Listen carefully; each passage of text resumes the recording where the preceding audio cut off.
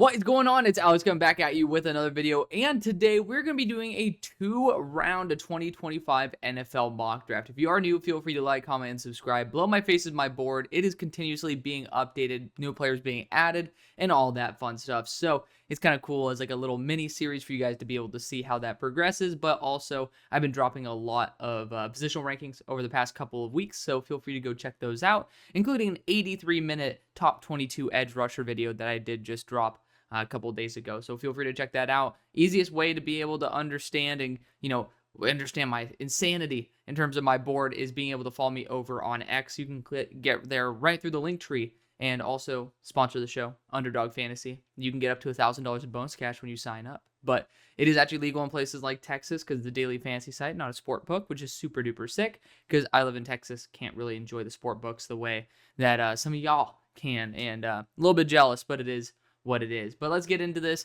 You guys are probably wondering, why am I using NFL mock draft database? It's because PFF updated their shebang at before the game, and it is currently 6 p.m.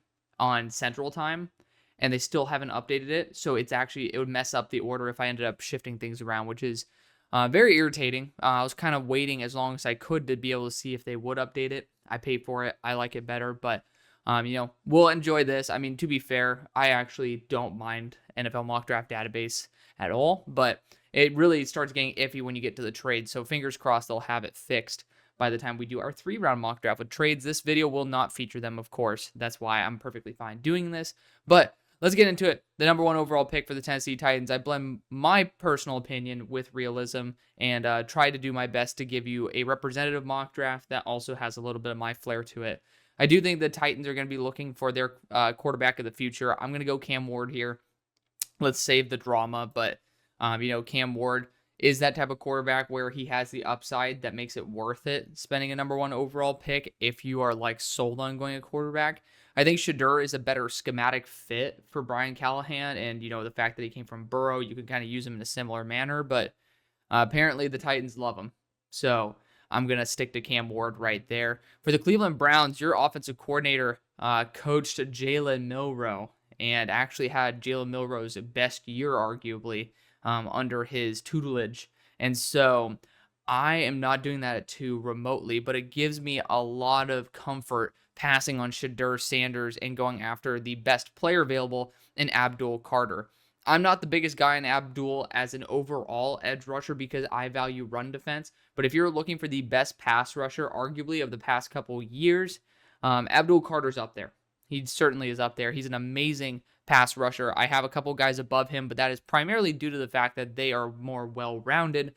Again, if you're looking for one of those high upside, primary pass rushers, that's not bad at run defense, but definitely not someone that you're going to trust being able to hold up an edge in the NFL, then Abdul Carter's perfect for you. And I think with the rotation of Isaiah McGuire, you can end up having actually a really healthy yin and yang there at edge too.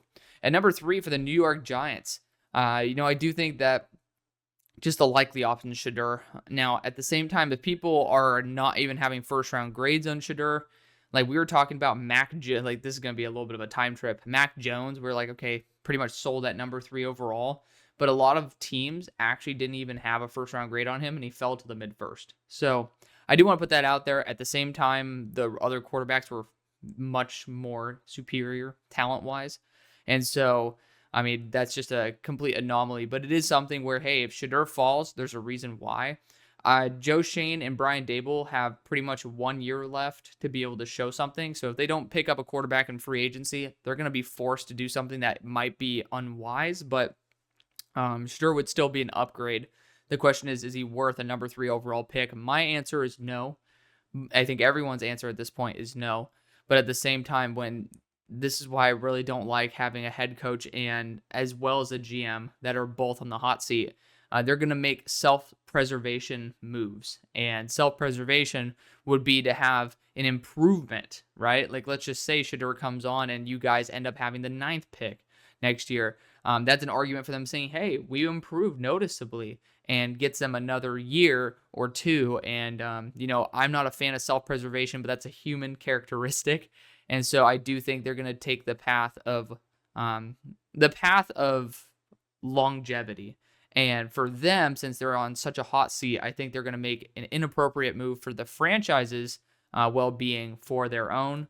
And I mean, they're not sinister human beings, but if you're sitting there and your boss is basically telling you you're going to get fired if you don't improve, you might not take the risk of doing what's actually best for your team. If and you're going to do what's best for you until, well, maybe you have that security to do what's best for the team. At number 4 for the New England Patriots, it's a good spot to be in for the Patriots because if you wanted to trade back, which again, this is a mock draft without trades, I do a 3-rounder with trade. A 3-rounder with trades. This whole entire thing is all buggy. That's another reason why I don't like mock draft, but database simulator. But I digress. In a trades mock draft, which I will be doing a 3-rounder this week as well, praying to God that PFF updates their stuff and has an accurate order. Praying. But regardless of that, I do think that you are in a good position for a team. Like, who would want to trade up for Travis Hunter? That's my question. I don't think Jacksonville would be a target. You could talk about Vegas. Like, theoretically, you could talk about Vegas wanting that. They have that extra 3rd-round pick at number 7. I mean, the Jets ended up trading for Devontae Adams. So you could certainly see that being maybe some extra capital for the Patriots to move back, select an offensive tackle. But I just think that, the argument for Travis Hunter, even though he's not my corner 1, he's not my receiver 1, even though he's in the conversation in the top 3 for both, is that, he's top 3 while he's focusing on 2 positions. If he actually focuses and improves solely, primarily at 1, then you easily could see someone who flourishes into someone who's easily the wide receiver 1, or who could be the corner 1 of this class. So I'm going to go Travis Hunter just because, again, there is that potential. The snaps thing is not something I really care about too much, but it's good to know he has the stamina to be able to play full NFL game on both sides. And, that means he'll not be someone who's gassed out in the 4th quarter. I like that quite a bit. For Jacksonville at number 5, I'm going to be pretty boring here. You guys know kind of where my head's at here. I'm looking heavily into Will Johnson at the moment because I love Will Johnson to death. I think this guy is a superstar. He's had a little bit of a checkered injury record over the past year, whether it's turf toe, whether it's the shoulder, whether it's the knee. Like, over the past 12 months, he's dealt with some stuff. But I do think that I'm going to pretty much accept all of that because even with, I think, 7 games played this year, he had 2 pick sixes. He's just unbelievably locked down. He's the best player in the country, in my opinion. And, when healthy, he's going to be ridiculous. And I think Balky will appreciate a corner that, is just that cerebral in terms of athletic, and mental combination there. But just coverage prowess, physicality, he really does have pretty much everything that you want. Maybe not the top end speed. He might be running a 4.5, but if you can end up, being so smart that you're a step ahead, you don't need that extra step that's in the 4.4. I'll put that out there as well. At pick number 6 for the Las Vegas Raiders, Tetro McMillan just seems like the easy option for me. You're going to have a new head coach, a new GM. If you had Telesco, I'm going Ashton Genty. That's the easy pick for me at the moment. But I don't think a new regime is going to come in and select Ashton Genty. I think that they're going to want to go after their guy. I mean, you could technically look at Mason Graham, even though I don't think it's going to be an upgrade in terms of something that noticeably improves your team. But it is something, if you do want to just go purely best player available, I respect it. I do think that if somehow Ben Morrison comes out and the hip injury was just something he was being more precautionary rather than, it's actually something that should have put him out for the season, I think that you're in a spot where it's a dark horse position to go after via trade back. But even then, I mean, Ja'Cory Bennett, DeCamerion Richardson, you have guys where you don't need to do that. We're going to go T-Mac here at number 6 and not force anything too crazy. At 7 for the Jets, quick one running up to the podium. I do feel like the top 7, top 8 are all kind of starting to get very, very homogenous. That's why I'm not spending too much time on it, because we have 64 picks to get through, and there's a lot of ones that make a lot of sense, like Mason Graham there at pick 7, a safe pick, but also one that fixes a key issue. For the Panthers at pick number 8, I just love James Pierce.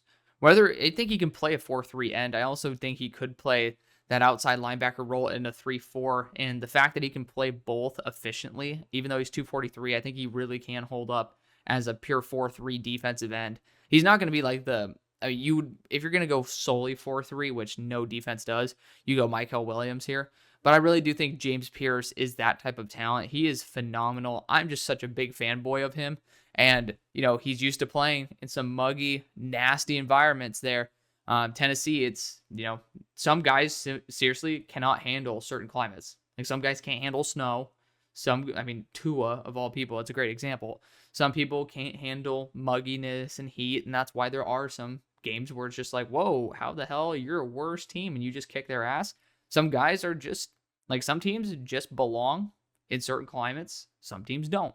At number 9 for the Saints, you're gonna have a new coach in there. So I do think you guys are going to be looking at, best player available. And to me, the best player available for upside is Michael Williams. Like, technically, you can talk about Marion Hampton, Josh Simmons, Ben Morrison, Braden Swinson. Yes, but again, realistically, I don't think these guys are going to be, considered at this point. I really do think the Saints are going to look at somebody who is going to be more of that athletic freak who has a meteoric ceiling, but also a really solid floor. I like Michael Williams. I know it's not the crazy pick, but I also do think that if you guys are trying to look for a future offensive tackle, looking at the fact that you got Tali Fawaga, you do have options if you do want to venture that route. I do want to just continue sticking to what I think is best, though, for your team, which is get someone who could truly be the face of your defense going forward. Cam Jordan, or face of the defensive line at least. Cam Jordan, not necessarily going to be there for an extended tenure, unfortunately, but Michael Williams really could be the face of your defensive line. I know that people don't really like him in the top 10, and he is number 24 on my board, 25 now, excuse me for that, but he is somebody who I have a ton of faith in because I'm somebody who's 100% honest. I don't bullshit. I didn't like Michael coming into the year. I was with you, those of you who are skepticists of Michael Williams, but he didn't have a ton of production this year. But you also have to take into account, I think it was week 2 or 3, he had a pretty bad high ankle sprain. That's not easy to be able to deal with when you're 265 and athletic freak. That's a lot of torque and a lot of pressure you put on your ankle.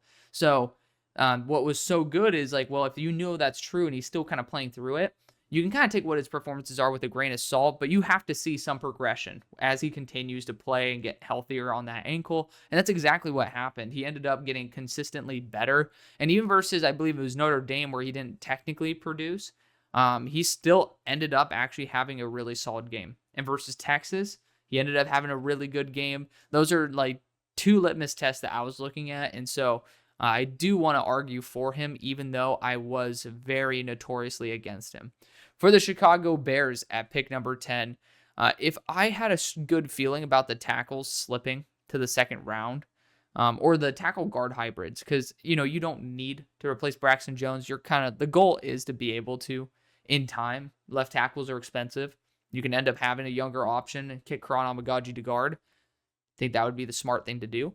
But I want someone who could play guard as well if need be. And I think Josh Simmons is exactly the guy that you do need. He's coming off, I believe, an ACL injury. I know it's a season-ending knee injury. I think it was ACL.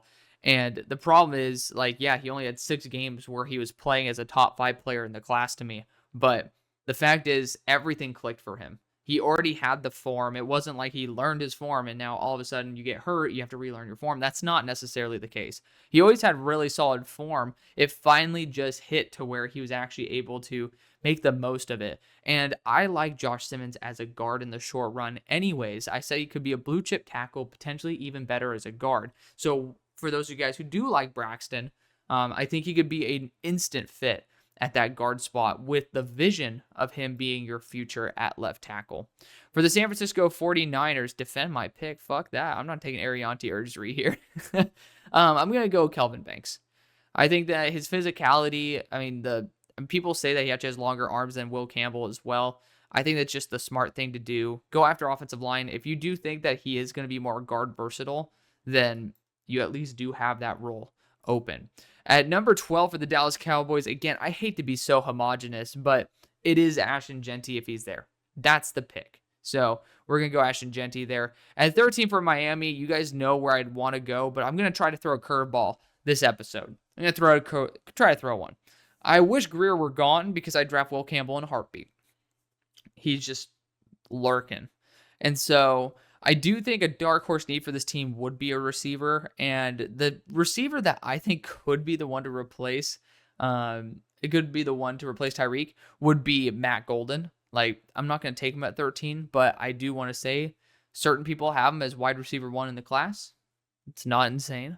But still, looking at other positions for the team, I do see, like, I talked to Broshmo earlier today. We did a 3-round mock draft. Feel free to check that out on his channel. It was over 3 hours long. Oh.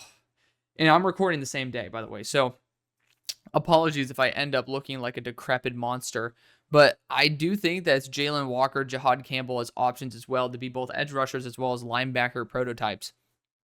And Jalen Walker is fantastic. You guys took a linebacker from Georgia a couple years ago in the 3rd round. So you're going to have one here in the 1st. And Jalen Walker is fantastic as well. I would want to change it up, so I'm going to elect to do this. And I'm going to take Broshmo's recommendation and go after Jalen Walker.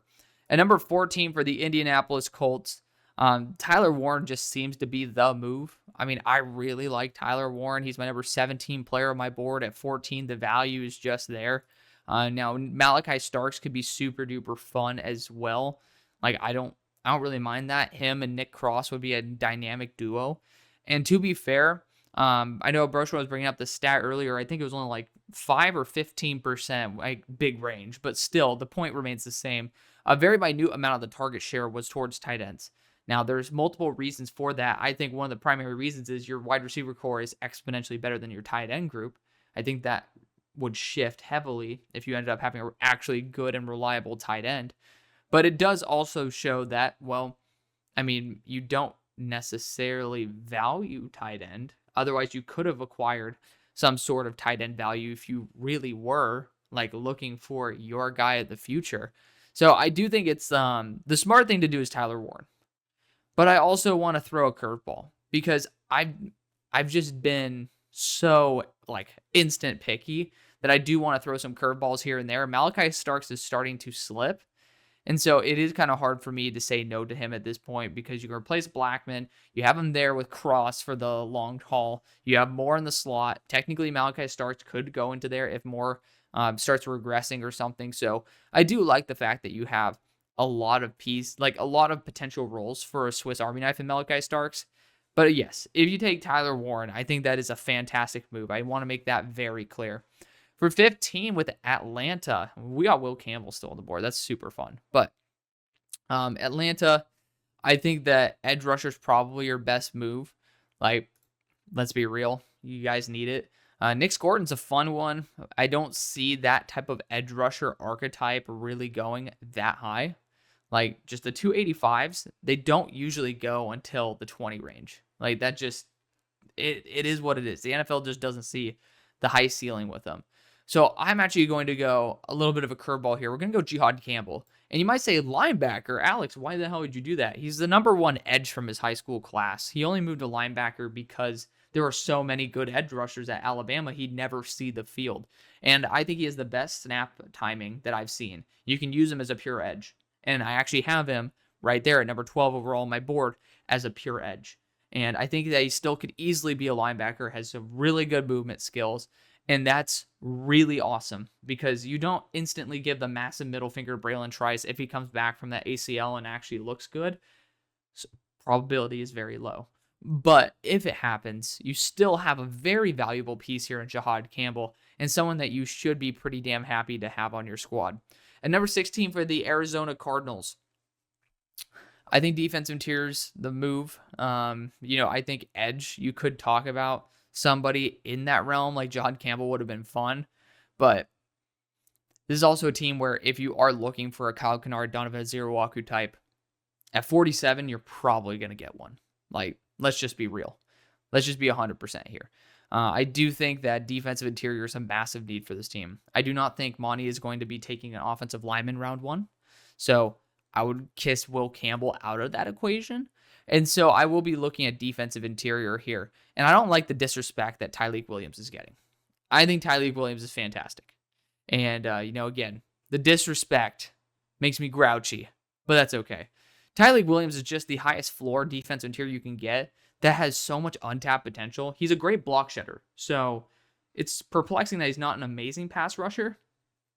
But at the same time, if you can get off blocks, then that means there's something different than your ability to get off blocks that's stopping you from being a good pass rusher. And I've seen consistently that Ohio State's defense, they do not really prioritize pass rush from their defensive interiors. Like, even Mike Hall, I feel like, was pretty tamed for how damn good he was in the offseason. When we saw him at the Senior Bowl, he really started to flourish outside of Ohio State's system. I think that Tyreek Williams could do the same. Again, feel free to be able to send me your guys' version of your team mock drafts and, like, explain them why. Like, whether you want to do it in the comment section, you can always DM me, I think Twitter, but especially on Instagram, Discord, whatever you guys want to do. The links are all there in the link tree. Like, I'm more than happy to talk with you guys and converse with you guys. If you guys think there's a pick that's better, like, voice it. I always say be a dick, just don't be a dick about it. I'm okay, like, understanding that something that I'm doing is not the best. Like, I'm trying my best to be a fan of all 32 teams and understand them, but you guys are fans of primarily one. And so your guys' insight is invaluable to me, and it is something that I really do love. And it is part of the job that is the best part of it, is being able to talk with you guys every day. So if you guys are able to help me out in that regard, saying, hey, well, I think, we want Derek Harmon in that case, or Walter Nolan, because we're looking at someone who is at 305 range rather than the 330. Like, I might push back and say, I don't think Tyreek's truly a nose. I think he could play that same role. But you might say, well, historically, this is what, Gannon's done. Which, to be fair, he kind of has had larger defensive interiors. But you guys get what I'm saying, right? If you guys want to be able to prove a point, by all means, I am all ears. I love to hear you guys talk about it. But let's continue into this with the Cincinnati Bengals there at pick number 17. And this is going to piss a lot of people off. And just know that I love you. But defense needs help. The problem is, so do the guard spots. You have the worst guards in the NFL, arguably. You have the worst guard core in the NFL. And it's time that you actually invest in that position. You might say, hey, we don't really do it historically, which, hey, that's pretty valid, right? I mean, like, I think it's fair to say if you don't draft it, there's not a great chance that you're going to. But at the same time, sometimes people learn from their mistakes. And you should pray to the Lord that the Bengals have. They drafted a tackle in the first round last year. And technically, Will Campbell could be a tackle. I don't think he would fail at a tackle. But I do think his best role is as a guard. And I would love to see him there for Cincy. Even though it's not the ideal spot for Will Campbell, I think it's the ideal spot for you, or the ideal player for you guys to take advantage. Again, we'll focus on defense in the next pick. Defense does need to be addressed, but free agency exists. Technically, you can go the guard route there as well. But if Will Campbell falls into your lap, it's kind of hard to say no. Speaking of a team I would have loved Will Campbell to fall into their lap, we have the Seattle Seahawks here at pick number 18. Now, we could ignore offensive line and wait till pick 50. That is potentially, it's something that we could do. A dark horse move, I think, would be going after one of the defensive linemen at this point. I mean, you guys did it in the first last year, but I do still see that as a possibility. Corner as well. We're going to assume Ben Morrison returns, even though every player that I've said pretty much, it's like, hey, I think they're going to return. Like Isaiah Bond, Cam Williams, they're coming out. So, we'll be blessed if Ben Morrison comes out.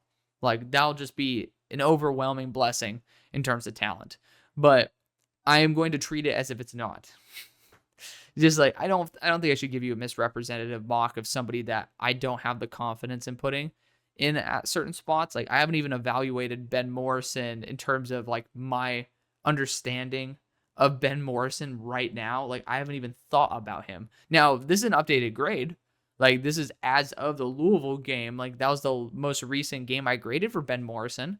But I still think that Ben Morrison, like, I still haven't really thought about, hey, when would I want to take Ben? Like, maybe it would have been for the Atlanta Falcons there, but I mean, hell, if I do believe in him as like a creme de la creme corner. I digress. He would be on the board here. I do think that he's a really, really good player, but I do think that the right move for the Seattle Seahawks is offensive line. And you got Booker, you got Savania, you got Jackson, you got Membu. Those are like kind of the guys that you're going to be looking at. Membu is also a right tackle, which makes me very excited. And that's the way I'm going to go, is Armand Membu here. Because Membu, first off, he's climbing. He's doing a great job just continuously getting more and more hype.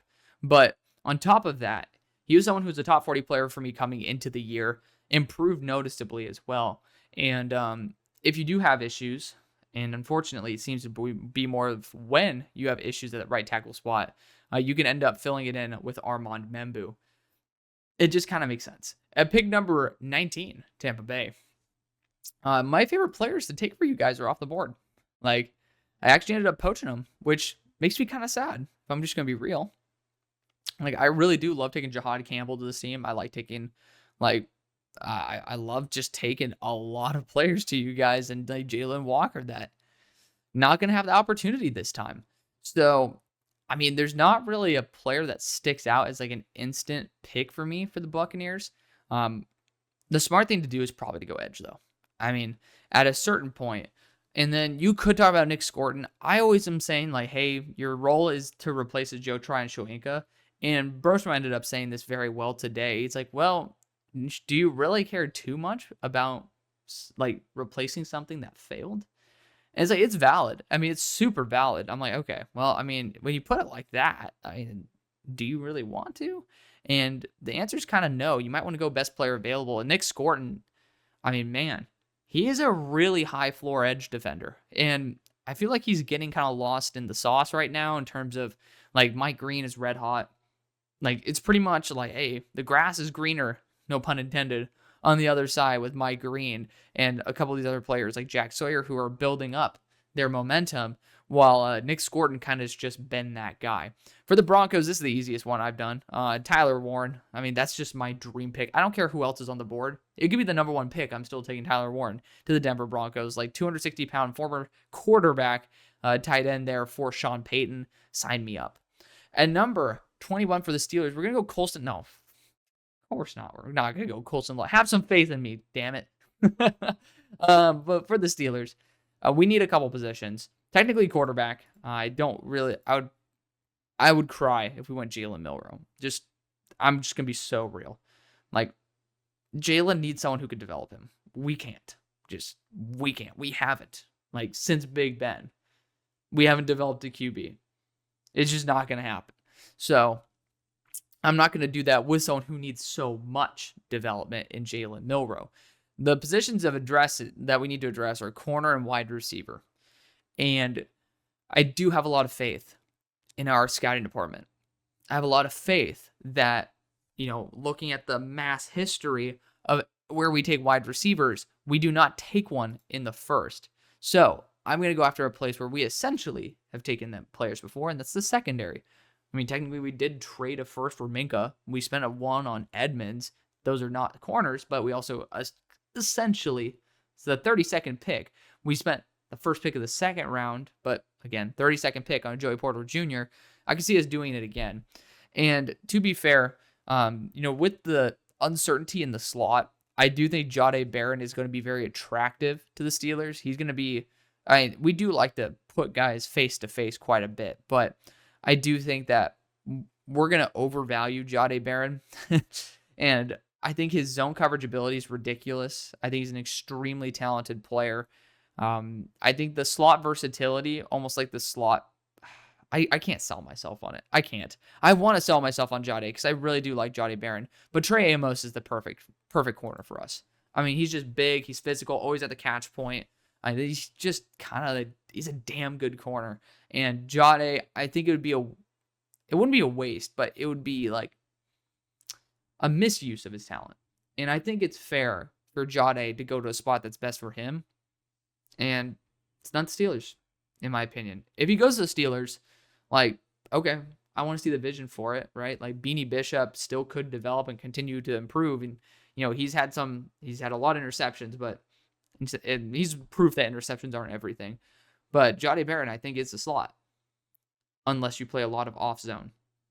So, pick number 22, we got the Chargers. And the Chargers, I'm going to go offensive line. Technically, I could go Colson Loveland here. it makes a lot of sense for the Chargers. I want to go offensive line. I'm not going to force O-line, though. I'm not going to do it. I think that Harbaugh would sit here and not be able to pass a Colson Loveland. It's a need. It's an instant fit. Like, again, you got to do whatever you have to do for Mr. If Man, Justin Herbert. But Colson Loveland going to be the choice there. I can already hear the comments. 23 for the Packers. Somebody, this is why also I love you guys. You ended up talking about, like, I ended up criticizing the pick for, I saw someone take Jahdae Barron to the Packers. And I'm still not going to. But I do want to put, like, some love out there for you guys. Jeff Hafley back at Boston College was essentially pure press man. He has a 71% zone coverage usage this year. Jahdae Barron fits that. And he fits it really damn well. And if we're going to assume he goes in the first round, I think that this might be the spot. So I'm going to eat my own words because I realize that y'all are right. You make some very, very good points. And I'm going to trust Mike Renner in this one. And I'm going to go Jahdae Barron, corner out of Texas. Because, again, Hafley is now all of a sudden a Mr. Zone. And so we're going to get the best of the zone guys that are available. At 24 for the Minnesota Vikings, a lot of good moves that you can make. You can go after defensive interior here if you want to. Corner as well. You got Siobhan Revell. I'm having Ben Morrison return to this. I don't know if you guys ended up hearing me talk about that earlier, but at this point, true junior, season-ending hip injury, not necessarily the best year for him. I don't know why he would come out, but you still definitely could see him come out, and if he does, he would have been a pick of probably at 15 for me. So keep that in mind as well. I'm not going to allow players that I have at number 4 overall that are looked at as first-round players slip to this point. But regardless, I don't think I can end up actually passing on this talent, and that's Omarion Hampton. Omarion Hampton is a super stud. I know that our next pick is like 97 or something. I get it. But Omarion Hampton is a super stud. And yes, you do see that right. Ashton Jeanty, if he didn't fumble 8 times in the past 2 years, would easily be above him. But Omarion Hampton has surprised me so much with his growth and development this year. And I was a notorious Omarion Hampton hater. So, I will be continuing to spread the word of Omarion Hampton. But I do think that he is at least considerable as a similar tier of Ashton Jeanty. I'm just a little bit of a lunatic that loves him to that degree where I might have him a little bit over. At number 25 for the Houston Texans, you got to go wide receiver here at this point. You got Luther Burden, who I love, Emeka Egbuka as well, but I do think there's that connection with Emeka Egbuka as well as CJ Stroud that makes a little too much sense. For the Rams here at pick number 26, I could look at left tackle for the future with Josh Connerly and develop him, but I do want to also address that cornerback position. And I'm looking at Azariah Thomas here, and it does feel like a pick that the Rams would be kind of focusing on. Big, physical, like definitely somebody that does have that very, very high ceiling. Thinking about the corners that the Rams have drafted in recent memory, I'm trying to remember, like, you guys don't do it very high, which should probably tell me something. But other positions you guys could try to target, there is the quarterback dark horse of it all. I would not do that. Technically, you could look at wide receiver if you do have some questions over, the future of Cooper Kupp. I do not, personally. But I really like Josh Connerly. I don't really see him slipping much further than this. Again, there's some proponent of your team that will probably want to go that offensive tackle spot. I'm going to go Azariah Thomas. I do think he's going to test out of this world. He is my number 13 overall player on my board. He's number 11 on actually my buddy James Foster's, which is just crazy because I love Azariah. Granted, I have 2 players who could slip, technically 3, but 2 players that easily could slip below Azariah if we end up evaluating him post-injury. All those grades are pre-season-ending injury. For the Commanders, this is actually pretty straightforward. There's 2 players. It's Luther Burden, as well as like Josh Connerly at this point.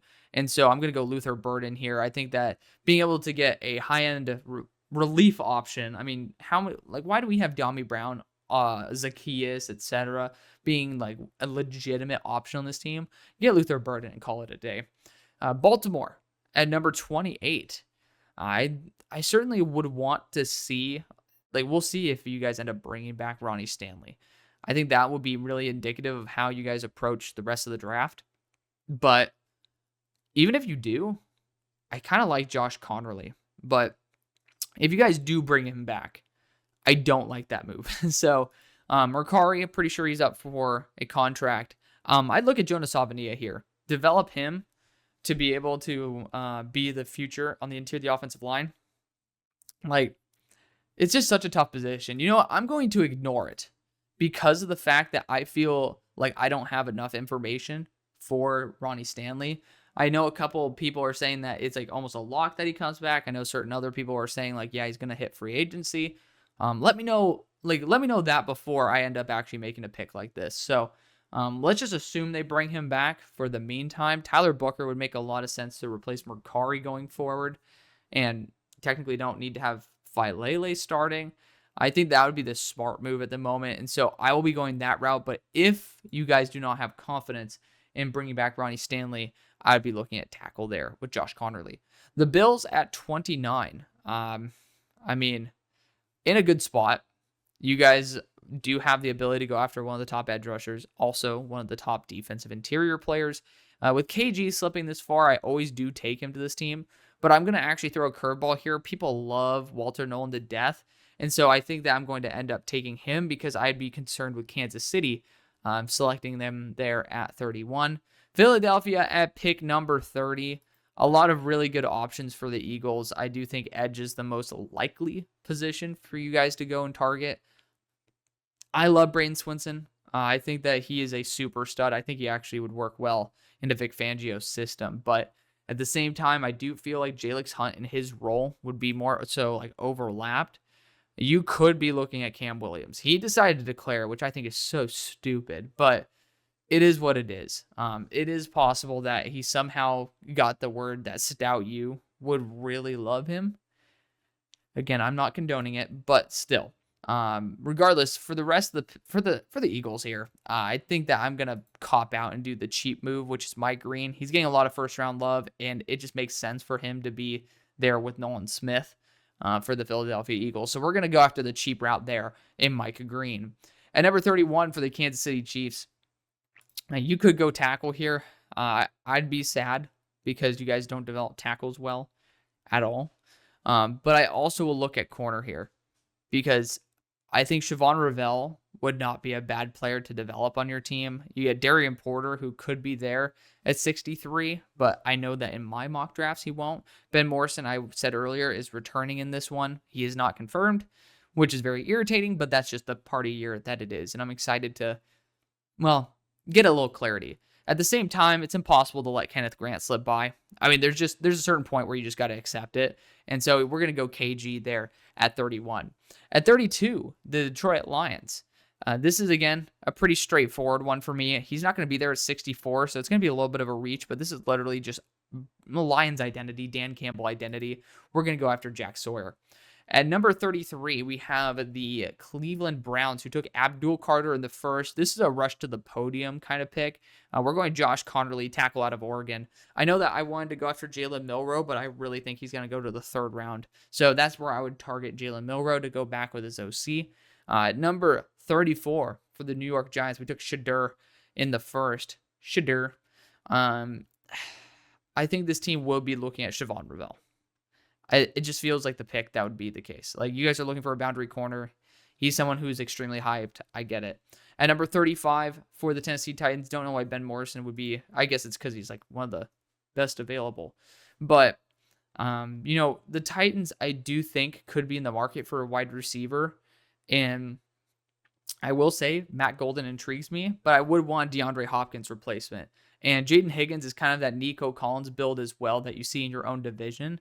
And so I think that Tennessee might want to get their own variant of him.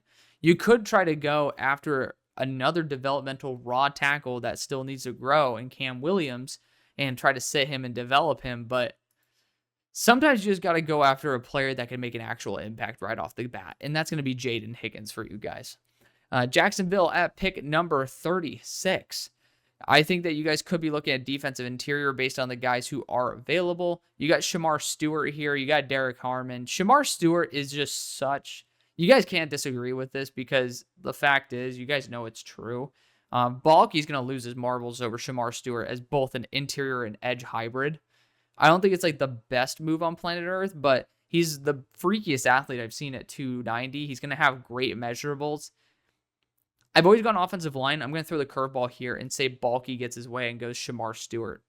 At number 37 for the Las Vegas Raiders, I could see them trying to go after Jalen Milroe here, but I almost wonder if Tom Brady's going to say, like, I feel like he's going to have a hand in the quarterback realm. I'm not saying that Jalen Milroe is like cheeks or anything, but he might honestly say, well, he's not worth the 37th pick to me. I'd rather go in the 3rd round after Will Howard, Jackson Dart, Dylan Gabriel, and just kind of go from there and just get best player available here. And so if we're going to go best player available, I would look at running back. You do have guys like Caleb Johnson, Quinn Shaw, Cam Scatabo. I would also, is there any other position I would look at? Because we got wide receiver already. I mean, it pretty much is running back, quarterback, wide receiver. Like, I do think the offensive line relatively is in good enough shape right now. Linebacker-wise, definitely not worth it. Corner-wise, again, Ben Morrison returning. You could try to get someone in there with the other dudes. Safety, it just depends if you're going to bring back your safeties. I assume you will, which does kind of pigeonhole me into quarterback or running back here. And I do think running back is going to be the way to go. I think Sincere McCormick will be a really, really good number 2 running back for you guys behind Caleb Johnson, who can be a little bit more. He's super young, true junior. I think he has under 600 carries on his career, but he still had like 240 this past year and showed that he could be a true workhorse back. At number 38 for the New England Patriots, went Travis Hunter there in round number 1. Here in round 2, I think you might want to roll the dice and take a developmental tackle like Arianti Urzuri. I ended up listening to the PFF podcast. Well, it's not PFF, it's NFL Stock Exchange. I guess it used to be partnered with PFF, but NFL Stock Exchange, Trevor as well as Connor. And they were talking about Urzuri having the hunch because he has pretty poor pretty poor flexibility and core strength. I would have some concerns with that, but if you're the Patriots, I don't know you can get much worse. So I think it's worth rolling the dice on someone who could be a true masterclass type of tackle, who is a mauler in the run game, and just see what happens there with Urzuri. For the Chicago Bears at number 39, you guys know the masterclass that I'm about to install here. We ended up luckily having Donovan Jackson slip to pick number 39. We're going to have him be interior offensive lineman with Josh Simmons as well. Unless, again, you guys want to start Josh at tackle. I love the flexibility. The vision is he's going to be the tackle that replaces Braxton Jones. But you don't need to replace Braxton off the bat. I do think you need to essentially retool the interior of the offensive line, and you have instant chemistry there with Donovan Jackson as well as Simmons. So I'm excited to take him there. For the Saints, I do think we can actually go after interior offensive line here or even an offensive tackle. Jonas Savania is available. Cam Williams does feel like the mauler type that you guys are kind of like starting to become a fan of, but I think Jonah's actually better as a tackle than like early on than Cam Williams is. So I would consider it. At the same time, do you guys want to have another project tackle? Probably not. You might want to address that in free agency at this point. Wide receiver certainly is on the board. I'm looking at Matt Golden here, but you are lacking a little bit of CZ, also known as size, on your receiving core. My goodness, the UI for this is just super irritating. I'm sure it is for you too, but actually, defensive interior Derek Harmon would be a really good get at this point. I like that. We're gonna just totally redo the defensive line. We're gonna go for the best players available. For the Bears, 41, just totally retooled our offensive line there with great value, Simmons as well as Jackson. And here at pick 41, 2 spots to go. Wide receiver, which I would actually go after Matt Golden at this point. And then edge, which edge has some crazy good value. And so I'll be looking at it. And I think the next plausible edge is JT or Princely. I think those are the next 2 that would be going. I love Braden Swinson. You guys know that.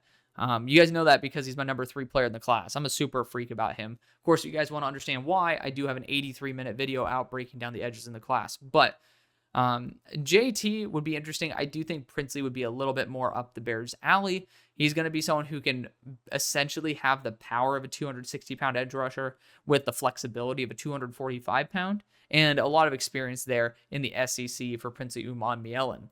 At 42 for the New York Jets, they took Mason Graham at 7. I think they might have the patience for Cam Williams to develop.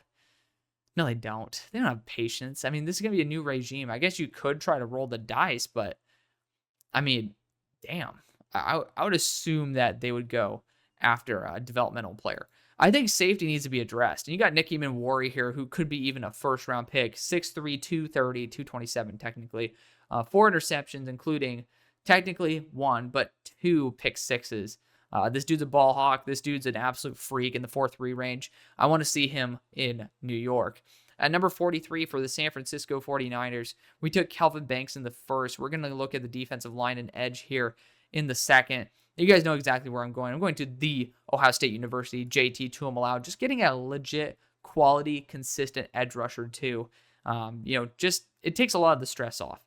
For the Cowboys at 44, I'm going to throw a curveball here. We are going to be going after Matthew Golden, wide receiver out of Texas.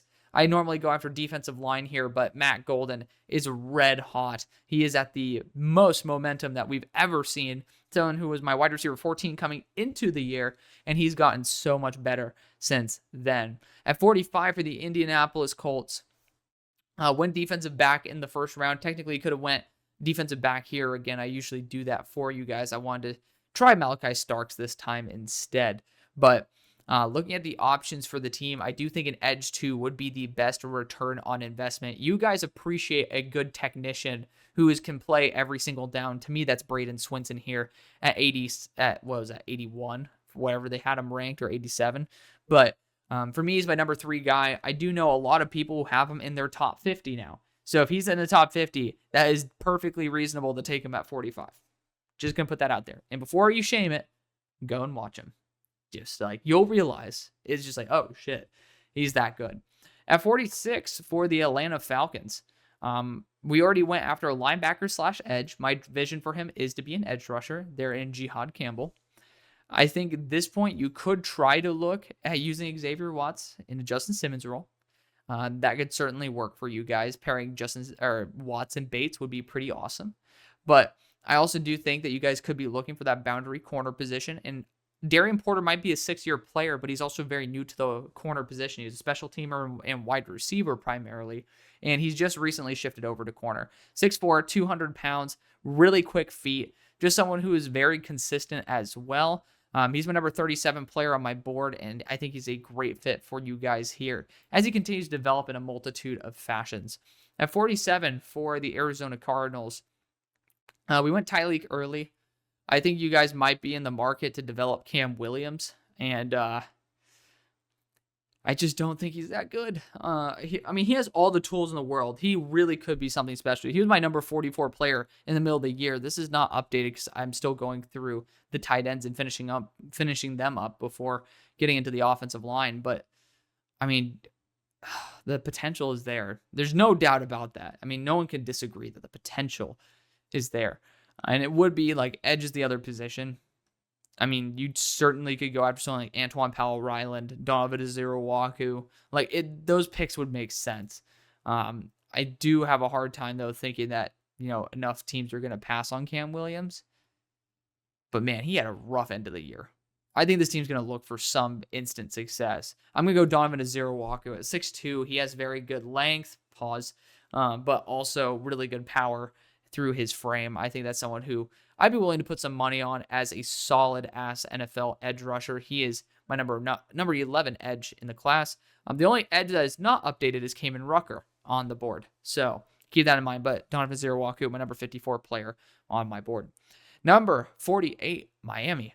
I ended up taking Jalen Walker. We got to go offensive line, and I'm not going to go after Cam Williams. I'm running this to the podium. Wyatt Milam. He ended up going to this agency called 1 for 1.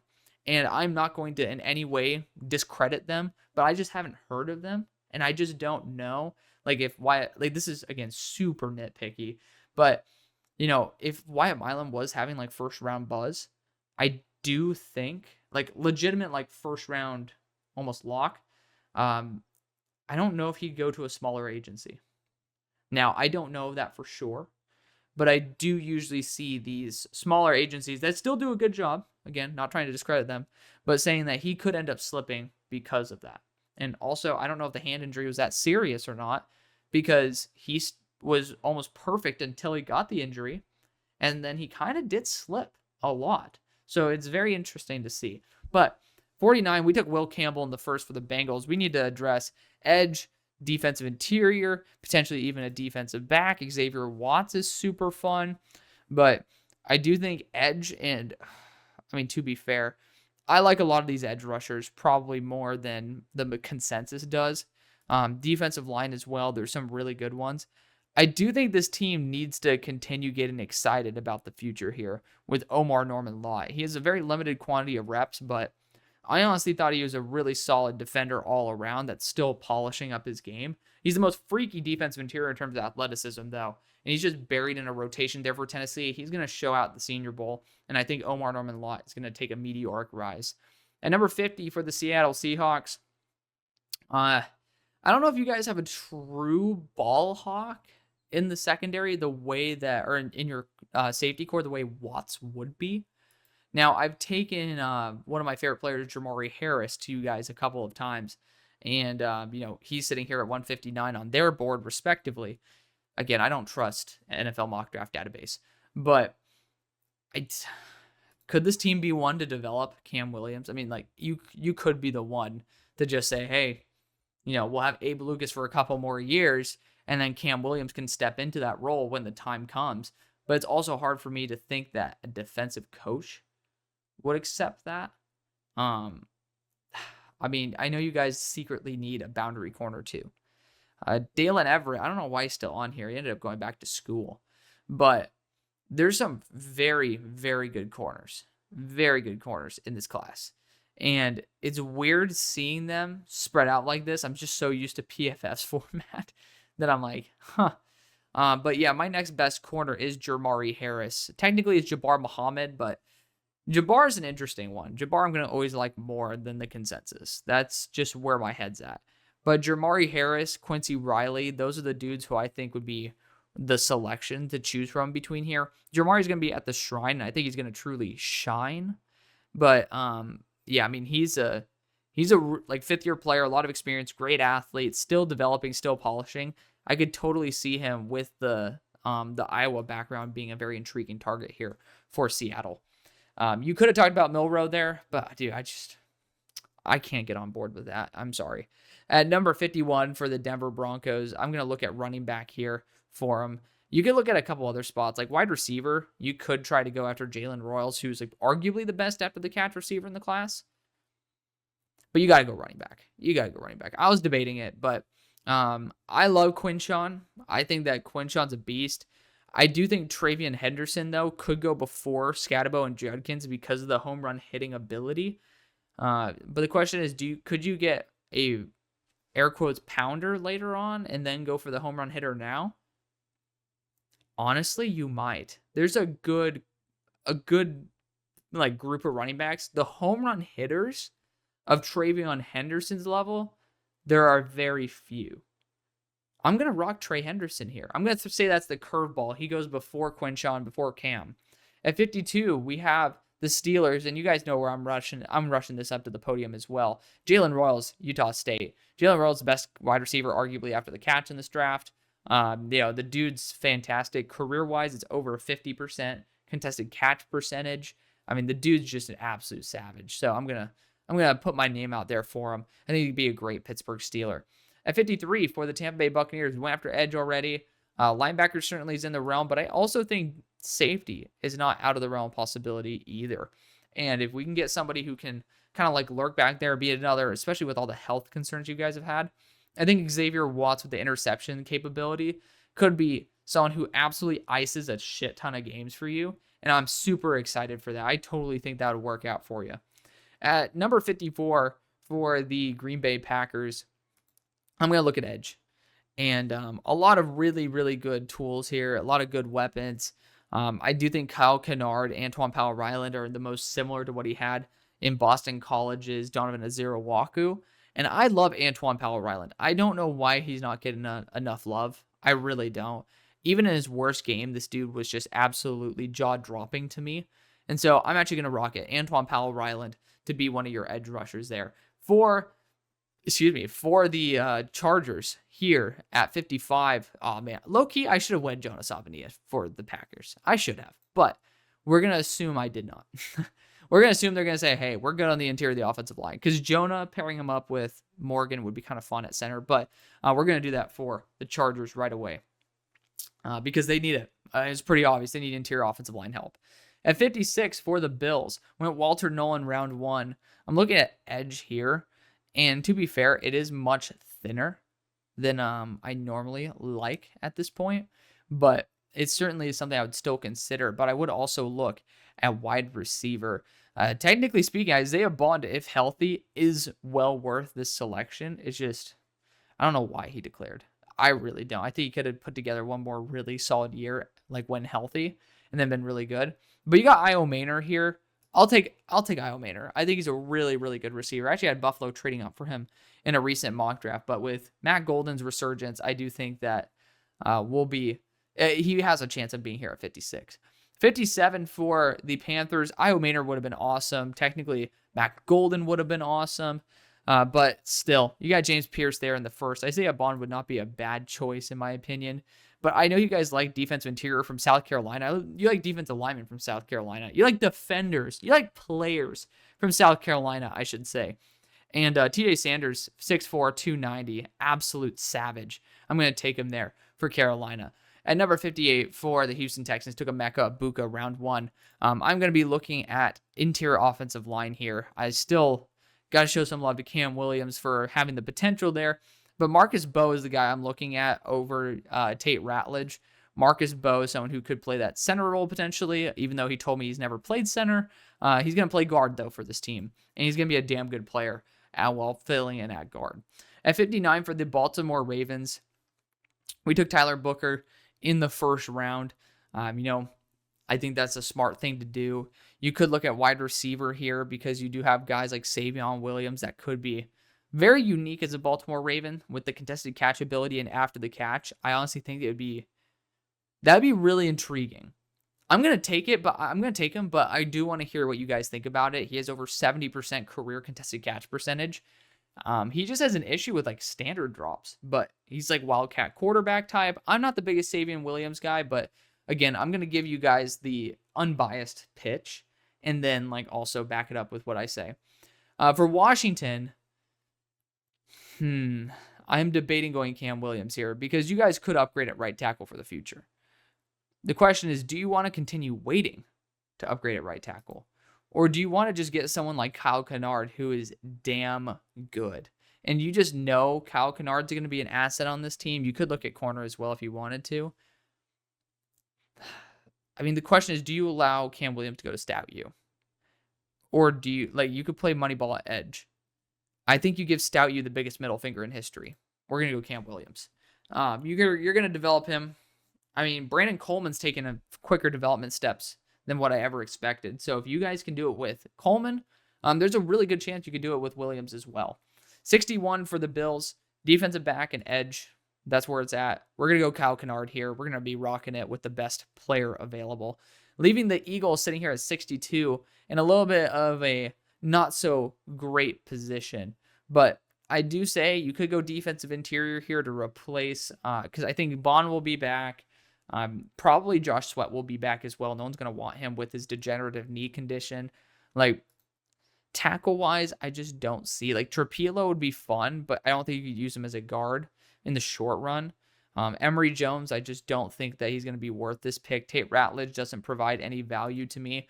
Tight end-wise, Fannin is just best player available, but Fannin doesn't fit what you guys go for. He's a ferocious and willing blocker, but he's not on the level of what the Eagles would be using him for.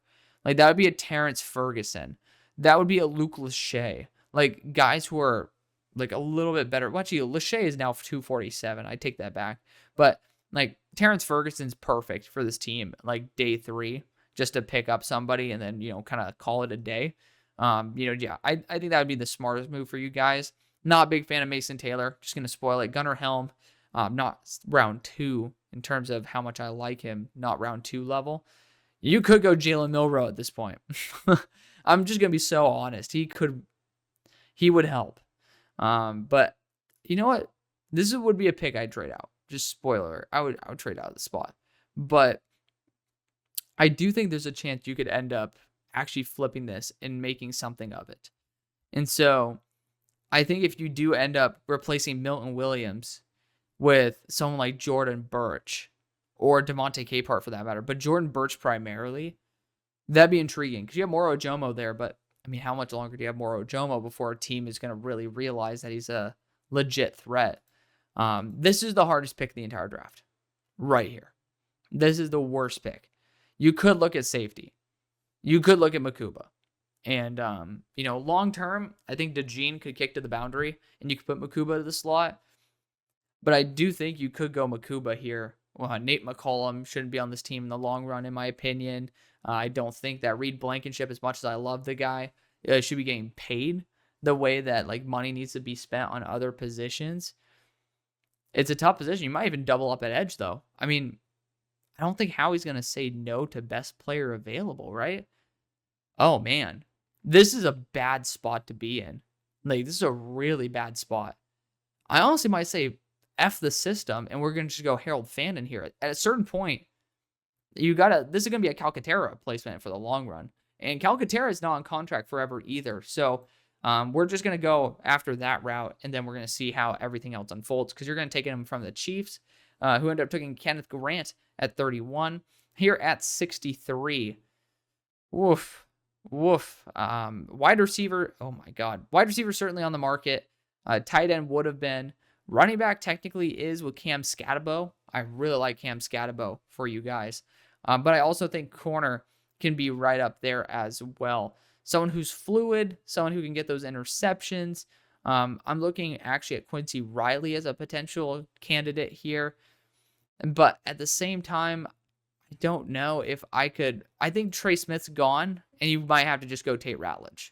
So we'll go Tate Ratledge. Just call it a day there, because you also robbed the Lions of going after Tate Ratledge, leaving the Lions here at pick 64. And I do think wide receiver certainly is a route that you guys can go. And gonna be honest, I took the guys who I probably would want. I love Ricky White to death. I mean, that's someone who I adore, but he just doesn't add anything for your team. But I mean, you still could go interior offensive line with Jared Wilson if you wanted to. I think that'd be a reach. Oof. Gray Zabel at center, low-key would be great. Yeah, let's go Gray. Hell yeah. You know what? That's a great way to end this off.